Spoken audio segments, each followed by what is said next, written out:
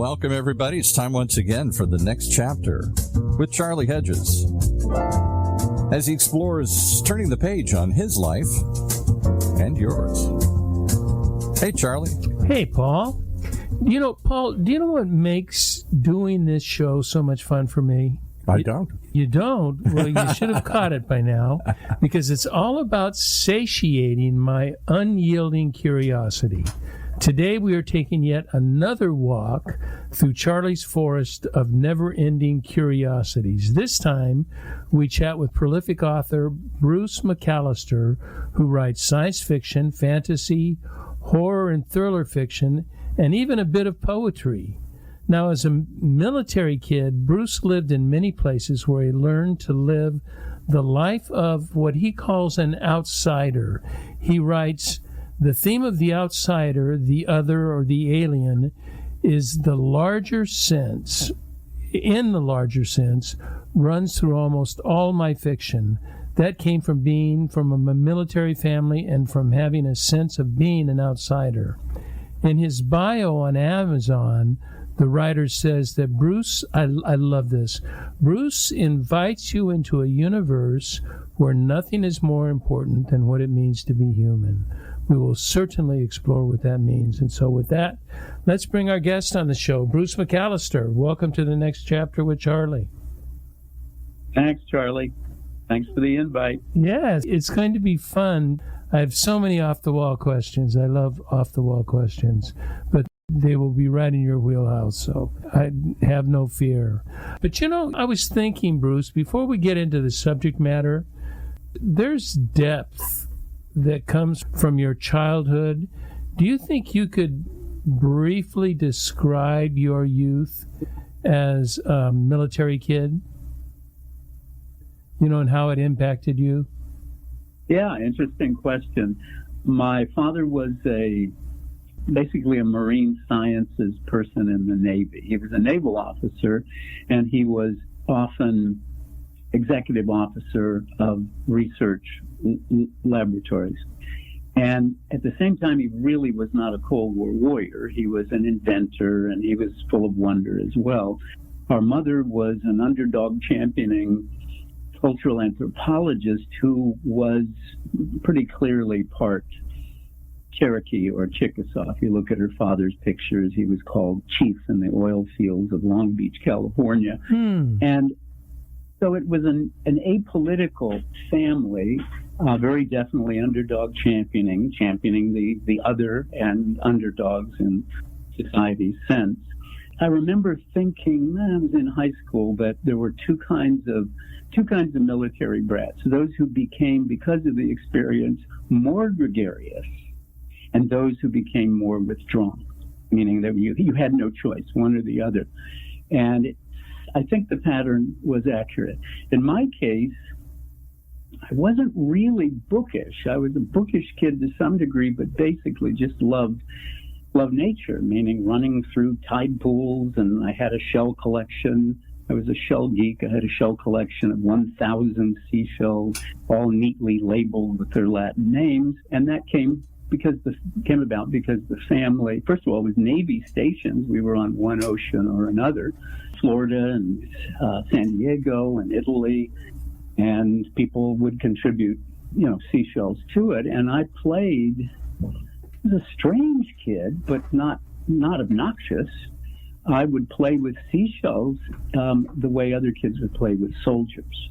Now, how would I do that? Well, I knew enough about the seashells. I knew a tremendous amount that the fighting conchs, which could kill a larger conch, would be the guard for the queen conch. I mean, this kind of thing. And I've written a couple of stories about that. So once someone called me a 19th century naturalist when I was a kid, and that was true. I mean, all collections and nature, a little bit like Seba. And so that was what made me happy. It was really, I think I came into this world really with a sense of wonder.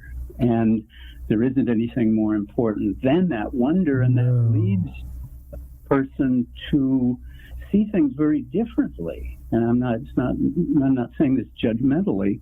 It just means that there is wonder, and especially for me in nature, but also with people. And I think some people see that wonder, have that sense of wonder more than others do. That's as far as I'll go. I'm, again, the son of a behavioral scientist, so I tend, and writers in general are not judgmental people.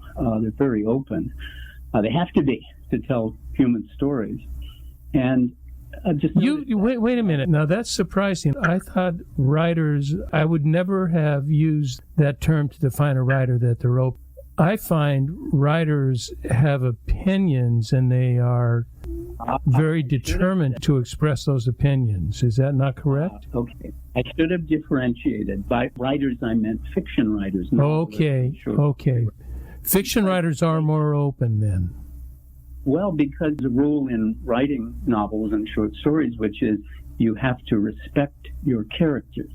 And that doesn't mean love them in a romantic sense, meaning their idealistic sense. It just means you have to be interested in human beings in order to understand them, because even science fiction, even a best-selling high fantasy novel with unicorns and fairies in it, you still want, if you're the author, want to understand human nature, because anything, even if it's space opera or high fantasy of that kind, it still is from us and for us as readers, our time.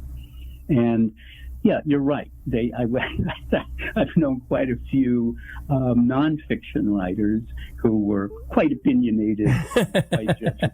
Yeah, I think we're inundated with it today.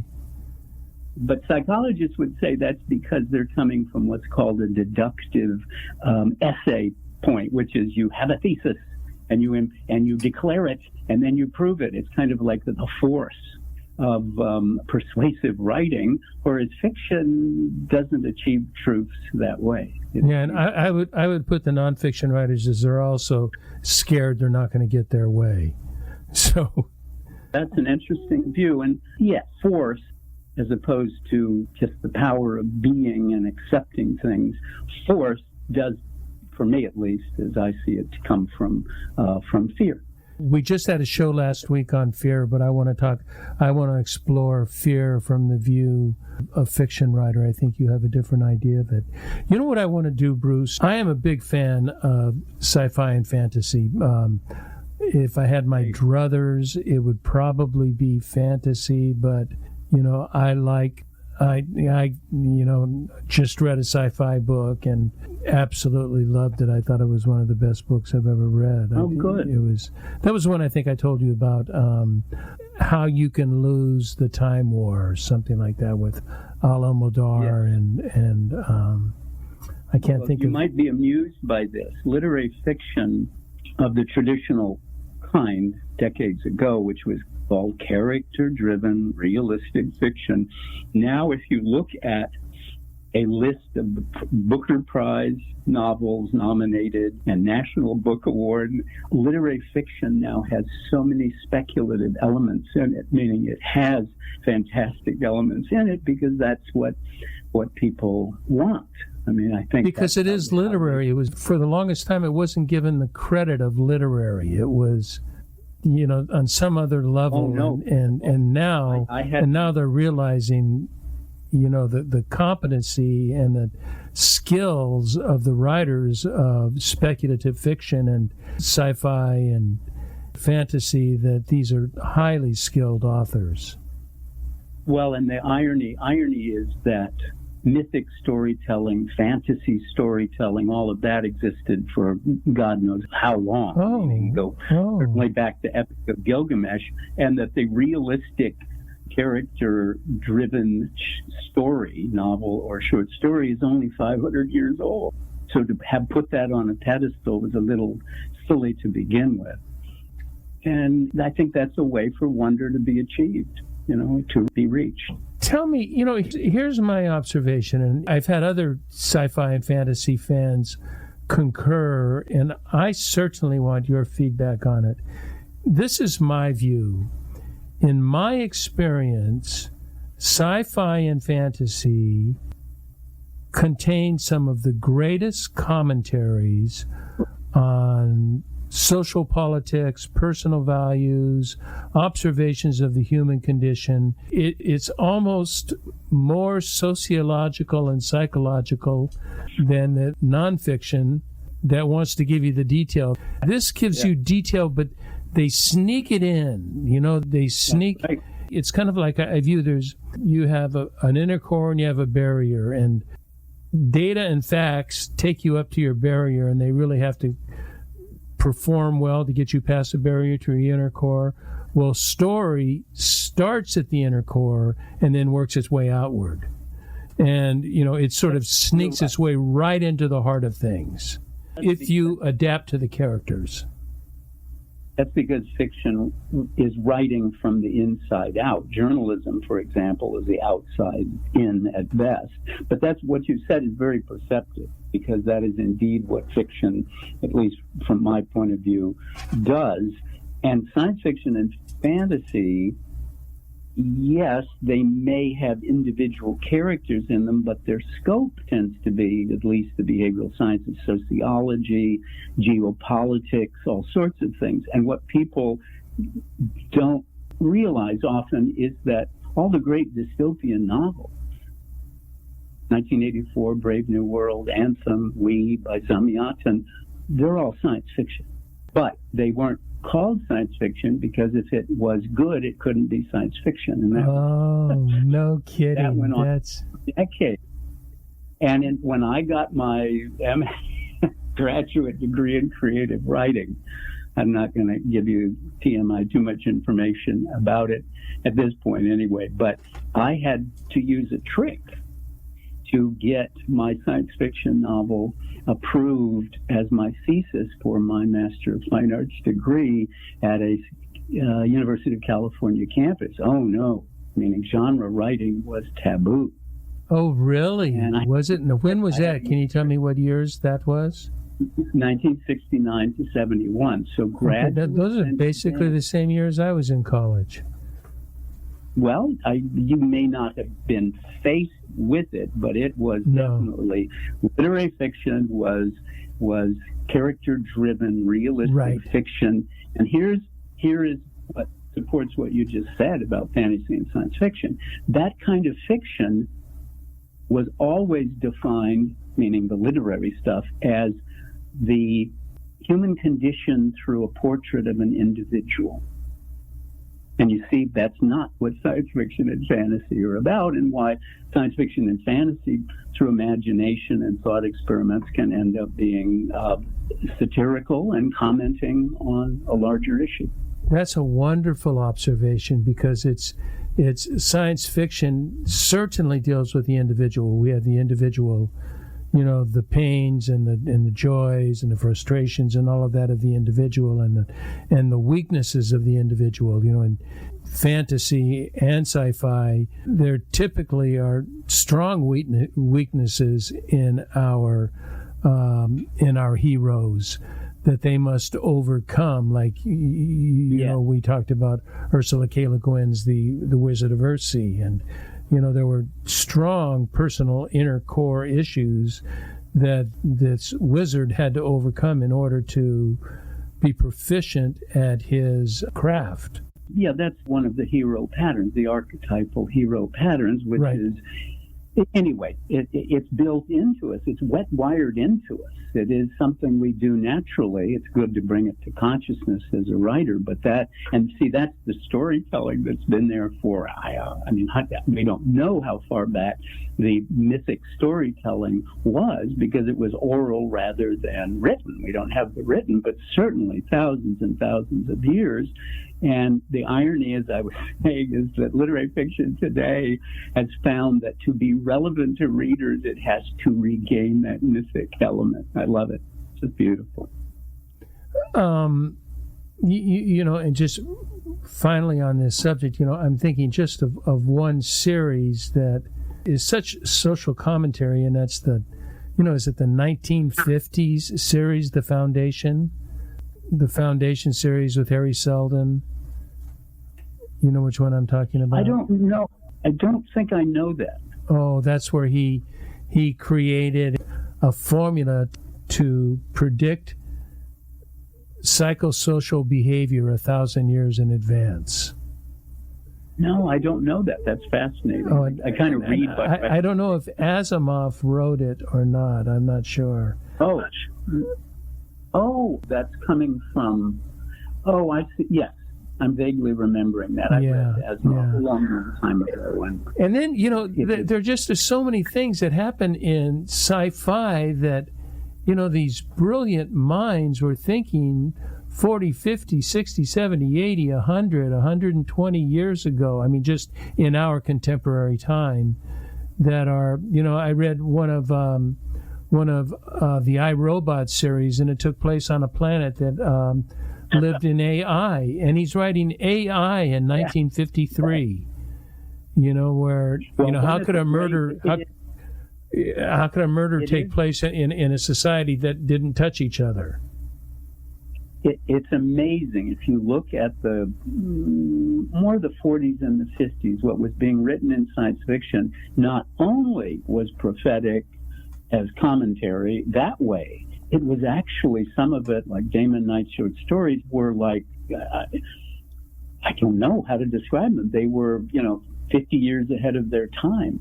So some of it was craft. Some old science fiction is pretty creaky, low in characterization, and you go back far enough and it was like, scientific fiction, under Hugo Gernsback. But it kind of grew up and came, a literature was being taken seriously pretty quickly in just a couple of decades. There's an anecdote that you may be interested in. John Campbell, who was the famous editor of Astounding magazine, he ran some stories that were about the atomic bomb before there was an atomic bomb, and you can imagine the government was very interested in those stories.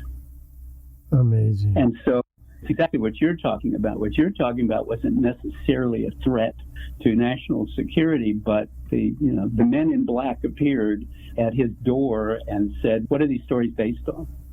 Hey, we're science fiction writers. We're imagining things. So anyway, it's one of the great anecdotes from the field.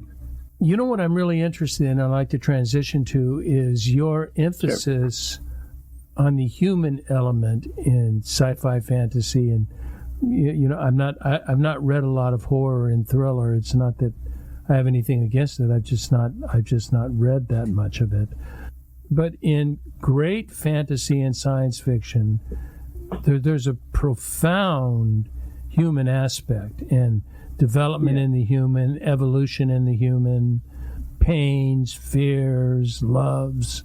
When you say that, when it was written of you that you invite the reader into a universe where nothing is more important than what it means to be human. I so agree, and yet I really want to hear what you have to say about that. Well, thank you. Because I don't usually have a chance to say what that means in my case. Oh, really? No, I don't think I've ever been asked that about that line. It's kind of a promotional line. It's a great line. Science fiction has become more and more human through better and better characterization, meaning as fiction, since Hugo Gernsback, since the beginning. And it started to do that. For example, if you look at even Golden Age of science fiction writers, sometimes, like Childhood's End by Arthur C. Clarke, not great characterization in a literary sense, but good grief, just an amazing story. It's gotten better in terms of characterization. That's one thing. But in my case, what interests me about science fiction ideas is the human response to them. In other words, with a given idea, will we remain human with that science fiction idea, or will we change? Yes, it is important to be human, but with a science fiction vision, what that means can change. I mean, there are a lot of forecasters and science fiction writers who are saying, basically saying what happens when a 16-year-old, and it'll probably be a 16-year-old, gets an memory implant device that augments his or her memory, and then what happens to that same kid if connected by Wi-Fi to the brains of others. At what point do we become not human? And some of the predictions, metaverse kinds of predictions, are just bandied about without any real consideration of what it means to being human. And some people don't care. Some people are I don't mean science fiction writers, I mean some people out there are quite willing to have this change and not be human by the definition we used before. So in my fiction, just to make it answer your question, the final line, what I like doing is kind of insisting on the human and seeing what happens with science fiction ideas. And in some cases, one of the stories in my new collection, the woman who's narrating the story has become something else. She meets basically a spaceship captain who's now a cyborg, who knows if he's human anymore, and goes with him, but not out of any romantic idea that we would subscribe to today. It's almost, here's this person who's more alien than an alien would be, just given that it's far future. And I guess I wrote the story to discover for myself to what degree she is still human 5,000 years into the future. What does it mean in your idea and your writing? What does it mean to be human? I know that's a huge question, Bruce, and so son of a cultural anthropologist, you might imagine. My brother and I grew up on Apache holy grounds. I've got pictures of me as a toddler and every possible age after that, and so have kind of an experiential cultural anthropologist point of view of it, and has to do with values, and I don't mean that in the political, sense of values. It has, because that's anthropology, studies values. Our mother studied values. And it's complicated. In other words, we have discrete bodies, we have discrete forms, and we have identities that are made, yes, by brain science, but also by psyche. We have identities that are located in one sense in our discrete bodies. Complicated how I of course, it's a very complex question.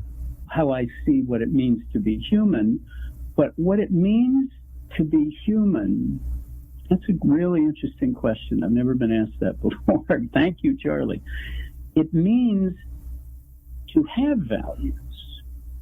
Now, again, that's not what it sounds like. It just means to have meaning. I'm very sensitive in my own fiction and the world, Hollywood, about the line between nihilism, where nothing matters, and where something matters. Now, the funny thing is today is that having something matter can be viewed as uncool. It can be viewed as romantic. In the literary sense, it can be viewed as sentimental. I don't believe in nihilism. I believe that things do matter. And so that's part of it as well. And so I tell stories in which things do matter. I know it's a weird thing to say, but when the Los Angeles Times film critic calls the movie Lost in Translation sentimental because the older guy does not act in a predatory manner with the young woman, then we know what's going on, don't we? Yeah. Meaning it is sentimental for him to do the right thing. And I think values are, obviously a very distinct human characteristic, and yet I feel today, and I wonder what's being written on it in the sci-fi fantasy genres, is the lack of values. I have a quote that I got from, a person on the right who's an author and a radio show host, and he wrote this: young people have been told that God is nonsense, their country is essentially evil, their past is deplorable, and their future is bleak. So we wonder, why are so many young people depressed, unhappy, and angry? I can't say that that's exactly true. It depends on which side of the spectrum you fall on. But I think there's a lot of truth to that, not only in religion and God, but in the value of our country. 60 years ago, there was great values in the United States. We're not a country of values any longer. I misspoke. I shouldn't have said values. I should have said meaning. Because as the son of a cultural anthropologist and a behavioral scientist and someone who taught in university, I like to look behind what's being bandied about. And today, no one will talk about what's actually behind what they're saying. And meaning, the attack is basically on meaning at all. And meaning, for example, with PTSD victims, meaning of events, of the trauma itself, of life, of heroic action, of being a survivor. Meaning is everything to therapy for that individual. Just one example. So are values derived from meaning? Well, values are a way we achieve meaning. Okay, vehicles. I happen to agree with the guy said, again, I am not a political person. We're living in a time where social media, I look at the responses to some of my published fiction online at a large platform like Tor.com, and I cannot believe people are reading the story to basically, I guess, recognize what they already believe or hate. It's just incredible. Yeah. That's the era we're living in. They're not reading. Maybe they shouldn't have to with commercial fiction. In the old days, it would be you read to go to new places, to understand people, to understand yourself better. That's why you read. That's why you read fiction. And now it's more, does this mirror back to me what I dislike? Exactly. No, it's crazy. We're living. We're so in line on that, and that I say we may be the most informed but ill-informed culture in the history of the United States, because people are looking for information, but they're only looking for information that supports what they already believe. So what good is that? How is that developing your interior life? As once again, son of a behavioral scientist, I'm very interested in what cultural psychologists say about it. And recent utterance by one expert was, stop trying to compare the United States to other first world countries economically, societally, or in any other way. We have the cultural myths, meaning the stories that we continue to tell ourselves. Not that they're not true, they're stories. That we continue to tell ourselves, and the original stories have dictated everything we see today in America. That's one of the most brilliant things I've seen. And one of those stories is, I have come to this country to get away from prisons, and I want you to leave me alone. I want you to acknowledge me as an individual. And the weird thing is, all the movements we see today are about, as far as I'm concerned, one thing, and that is acknowledgement of the individual, the affirmation of lived life, meaning all of it. It's strange. The pattern, we think they're individual movements, but they're not. Well, we are tracking, because we're going to take a break right now, and that is precisely the direction that I thought I wanted to take the show, and oh, good, okay, and you just gave me a great transition. So we'll take a quick break, and then we will be right back.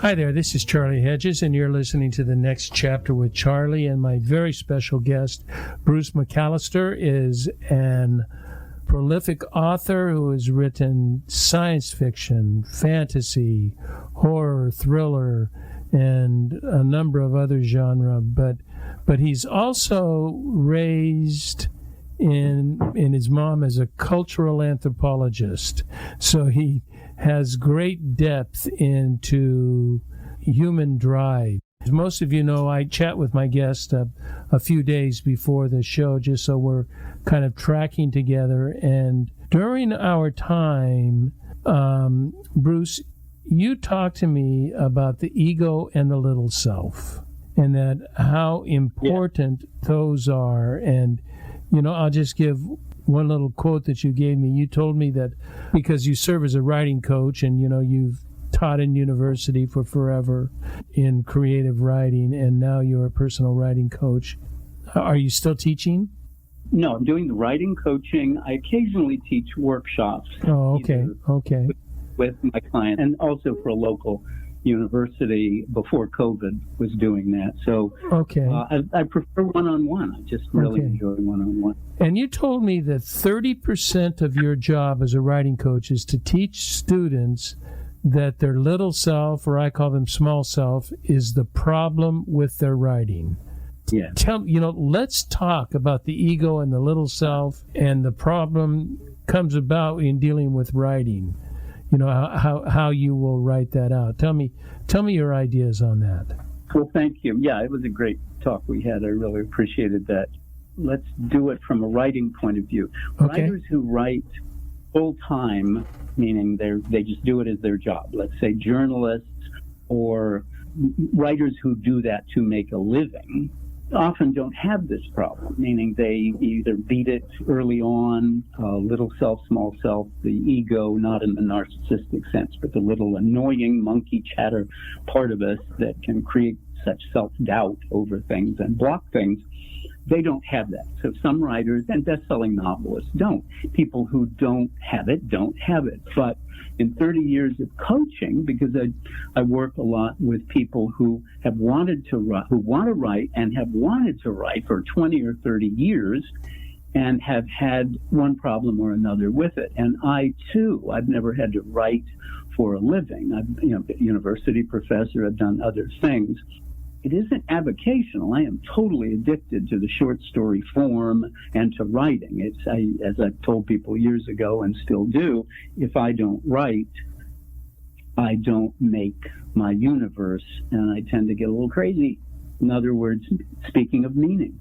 So we have order, beauty. In other words, by writing fiction, I make meaning of the universe for myself. So it isn't, meaning I do it for reasons that may be different from someone who's a professional writer. And I've known, obviously, quite a few. May I just add real quickly that Joseph Campbell said, we don't find meaning in our life, we bring meaning to life? Yeah, that's perfect. Yes, exactly. So you can imagine 30 years of writing coaching, people come to me and approach me, and the 30% is 30% of the work I do, just on an average, is a kind of intervention. Now, what's the intervention? Well, the intervention takes two parties, right? Meaning there's the mediator and whatever, and there have to be two of them. Well, it is quite clear to me, and has been for most of my life, partly because of the behavioral science background, psychology background, but what it is the greater self. And again, this is it's not mystical, it's not religious, it's not New Age spiritual. It is a fact. It's a fact. The greater self of the person, and you can call it unconscious, subconscious, higher self, deeper self, deep genius, whatever you want to call it, wants the person to write. They have, and in all cases, for 30 years, there were reasons for the person to write that neither they nor I saw until they got the writing done, and sometimes for a year or two or three later. I mean, it took that much later to see what the other reasons were. Well, their deepest self, we'll just call it deepest self, knew. It knew. Now, is that magic? It's just what we are. Einstein, particle physicists, quantum people, they would go, yeah, sure, exactly right, Bruce. So it's only the rest of society that goes, oh, that's woo-woo, that's New Age. And no, it's a fact. Well, it's science now. Yeah.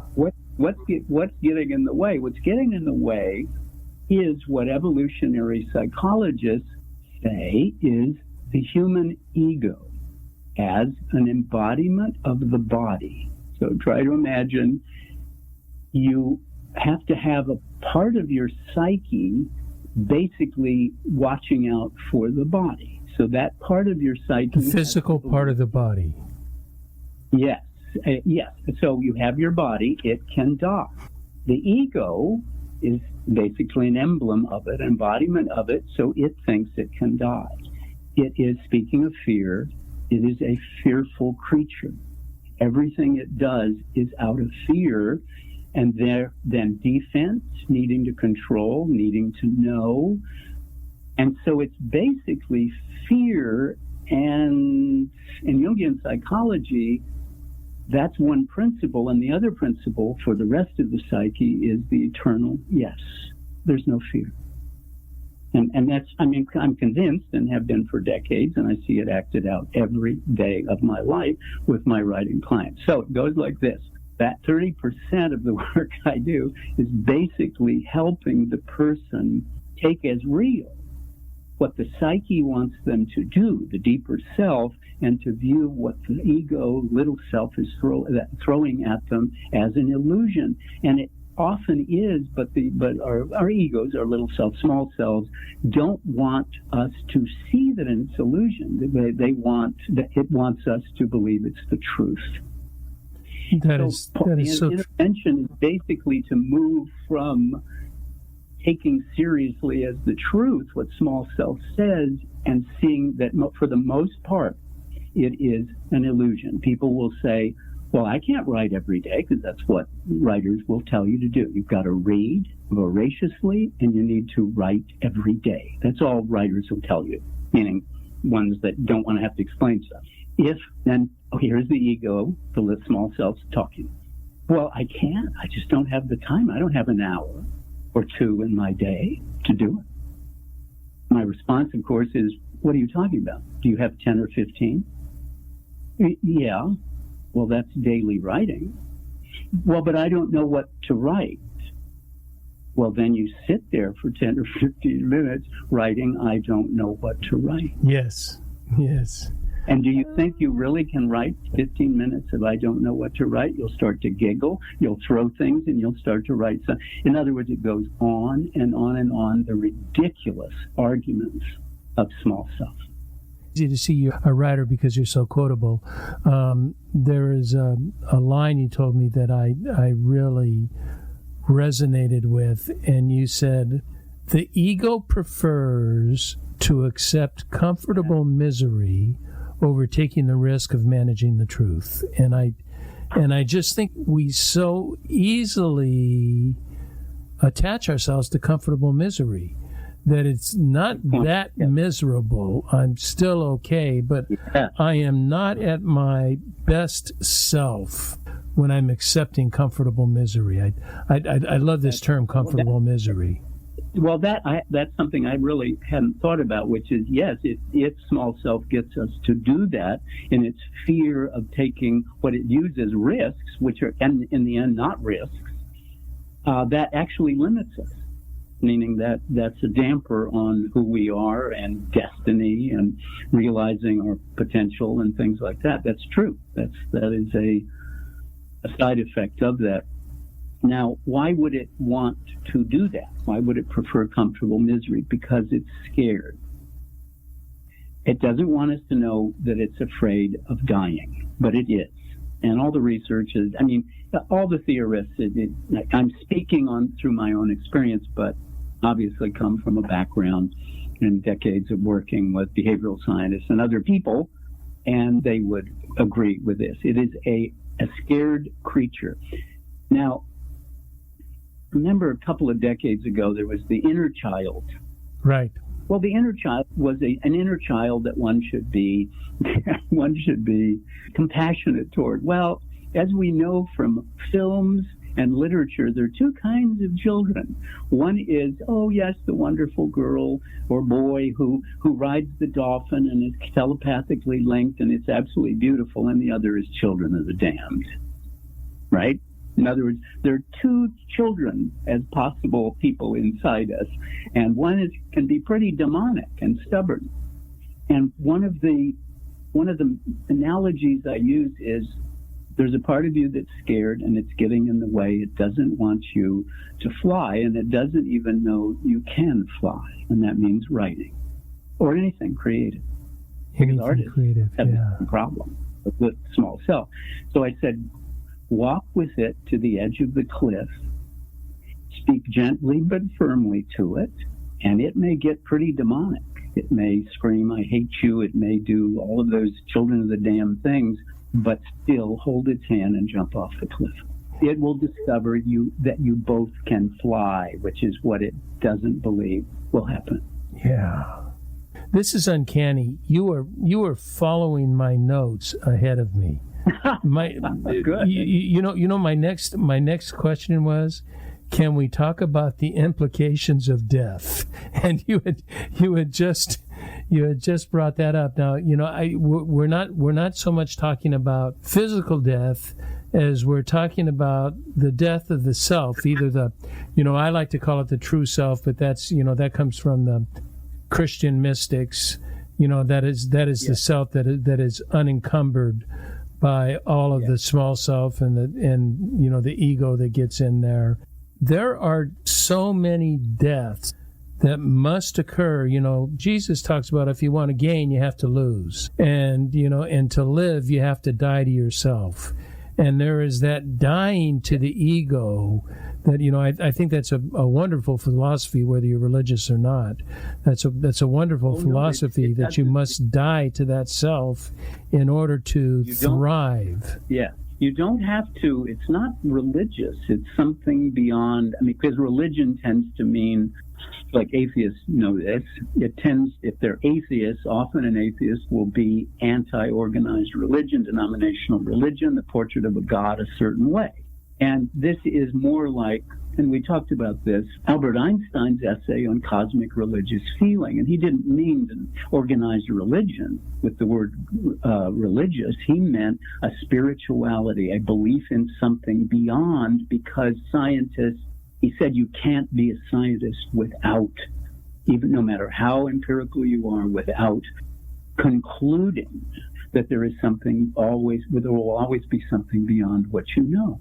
Well, there's a faith. That's a faith in something beyond, which is the kind of, I think, the spirituality we're talking about. Undefined. And so in one sense, it is closer to mysticism than it is to denominational religion. And what was I going to say? Death, what you just quote, you gave, the expression you gave, is not, it means the same thing as the one that I just love. And I think it's from the Bhagavad Gita, but I'm not sure, which is one must die back into life. Yes. Now that also parallels Jungian individuation theory, which is it does. We go through individuation moments in our lives, and we basically are dying so that we can move forward. Well, why would we need to die? Well, we would need to die non-literally only if we had a small self that had constructed something for us as a self that wasn't the whole truth, right? So the small self, again, discrete body, the cosmology of the individual, all of that stuff. And there's a wonderful line, which is neuroses, as long as they're utilitarian, in other words, work for us, are fine. But the day they stop working, and you can, I've known people where that happened. Yeah, and you feel terrible. Yeah, I can't stand this anymore. I got to give this up, and they will basically die back into life. I want to say succinctly, because it's a very deep question, and it's probably unfair to say succinctly. How do people identify this little self opposed to the self that they can be, the beauty of the self created? Well, okay, in writing, it's pretty simple, actually. It doesn't mean it's not going to kick and scream, and it is simply, you wouldn't be contacting me unless your greater self wanted you to write. So what's getting in the way for the past 20 years or this year? What's getting in the way? Then I get to hear what's getting in the way. There is a line, like writing is what we do when life doesn't intrude, and that's true. I have a client who is a hospice nurse, and her her main patient is in the process of dying. Well, she's not going to write. She was feeling that she was bad because she couldn't write. I said, no, this is life. Writing is what we do when life doesn't intrude. Let's see, what else was I going to say? Hit me again. Well, there's got to be in there, as what I'm hearing you say is there's got to be some sort of implication that something is not right within myself, and that we talked about this when we talked. I think what I said was no client, fundamentalist, well, I don't know if they're fundamentalists, but certainly Christian client and clients of other religions, meaning they're religious people, they're people of overt faith. Sure. All the way through, atheists have no problem talking about, with me, small self, little self, ego, and the greater self. In other words, they have experienced it. They experience it daily. And if I say the following, it seems to help, which is, if it feels like fear, it's small self. And if it feels like joy and inspiration and wonder, it's probably your greater self. And just is there a place for fear, though? I mean, if No, that's true. In other words, if someone, it's kind of like texting. If you're writing in a notebook as you cross a street, a little bit of fear is a good idea. We're not talking about that. We're talking about the small self as fear-based. Right, if it's afraid, and people seem to be able to understand this, to feel it inside themselves. It's like, that is the voice of fear. The doubt is coming from something. The anxiety, the distraction, it is afraid of not being attended to. The fact seems to be that the small self does not want us to write, meaning some people. And it doesn't want us to write probably because it feels like it's going to die. And as that happens, when you're writing creatively, I mean fiction and everything else, it isn't necessary, is it? Small self is not necessary. And I think that it doesn't like that feeling. And the other could be that the small self needs to have order, creates a cosmology out of things being ordered and known, fear of the unknown, all of that kind of legitimate stuff. And anything new, comfortable misery, threatens it. Well, it's still threatened, meaning it's still fear-based. So the fear is what drives it. People seem to recognize that within themselves almost immediately. But that is because they are in this inner conflict of greater self and small self. Now, if someone's really having a hard time with small self, I do my best Jack Nicholson. Not going to do it here, but I'll say, all right, what do you want on your deathbed? Which regret? That you wrote or you didn't write? Yeah. And that usually they can use to get the small self to shut up. Okay, all right. So let's sort of wrap up our time together. And what I would like to have, and I'm hitting you unprepared on this. I didn't, this is something you probably would have wanted to think through.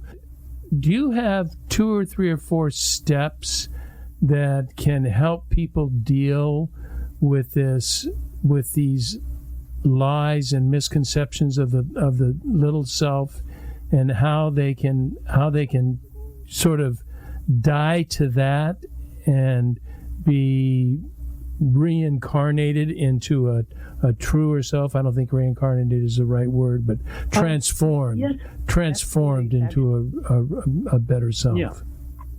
Actually, I do. Generally for people, it would be to see mindfulness. We're in a mindfulness movement or moment where we are supposed to be mindful. For people generally, it would be mindfulness. In other words, stopping when something sounds fear-based, negative, self-doubting, and stopping. Mindfulness is what that means. Stopping and looking at it and trying to identify it as indeed small self talking. So that's just a general mindfulness trick for most people. In writing,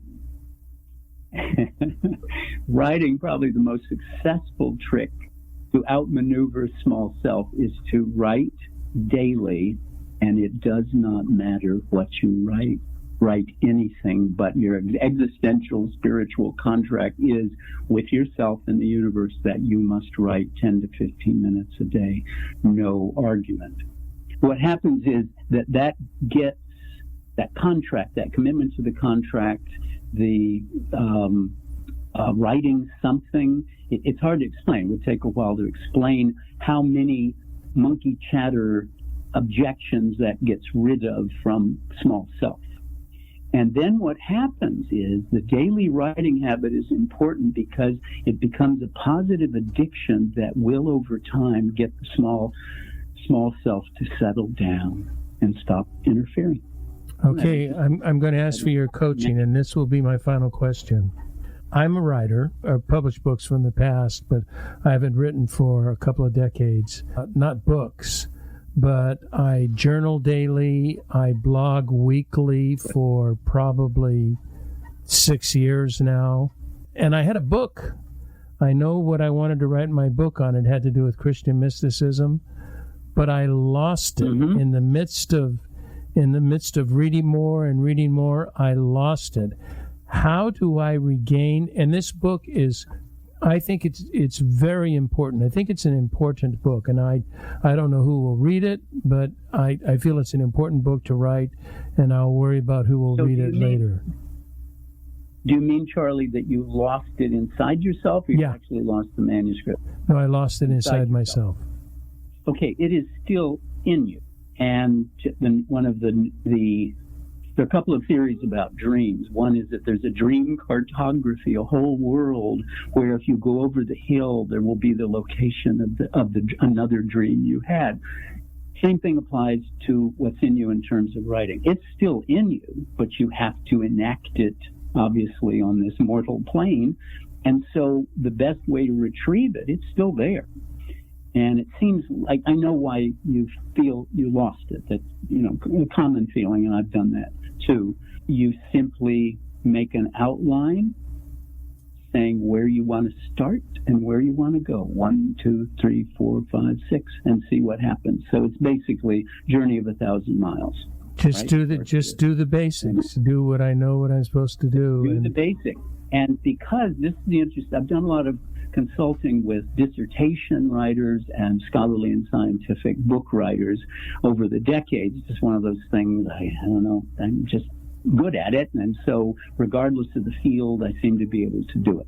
One of the problems is the more sophisticated, and that would describe your book, the more complicated and sophisticated or ethereal or abstract or whatever, let's say comparable to a book on philosophy that remains for 400 pages abstraction. Except my book is 125 pages. I refuse to write a book longer than that. Oh, okay. What it is what's in your brain feels like something you can't execute in a normal structure. You see, if it were, in other words, if it were simpler, like 8 steps to happiness in the workplace, then you just go do it. So it becomes particularly important to just say, I've got to start the journey of it, because the book is how you manage what's inside you, all that stuff. Oh, this is getting so personal, and yet I feel like I want to ask questions. That I went to Portugal and I wrote quite a bit on the book. I feel like I need to destroy everything I wrote and start all over again, because I think I get into it. But don't view that as a failure. There's a rule that experienced writers have: never throw anything away, never be embarrassed by anything you have written, because it is how you got to this place. And also, the stuff that you feel fails was simply your attempt to take what is true and ever living inside you and put it on the page, on this mortal plane. I mean, it's fine. It's all fine. I wrote a really bad Robert Ludlum imitation novel and thought it was a complete failure, which it was as a Robert Ludlum novel. I'm not Robert Ludlum. But there were maybe 20 pages that were me in it, and then there was this strange page of a first-person Army nurse in Vietnam. The 20 pages became a story that appeared in Omni, and that one page of the Army nurse became a 120,000-word novel, her whole story. No kidding. You've given me advice and help, and I think you've informed our listeners, because I know we have writers. There's so many people that want to write, and they have so much fear of writing. I'm not capable. I'm not a writer. I don't have the time. Blah blah blah blah blah.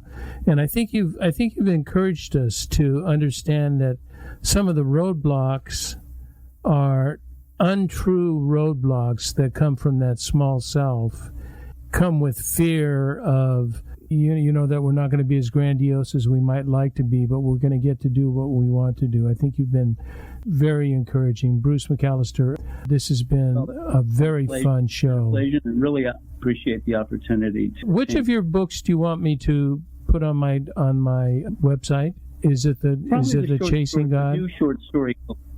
Yeah, exactly. That it's got a pretty wide range of things in it, and it's my best short stories. And as I said, I'm a short story addict writer. Okay.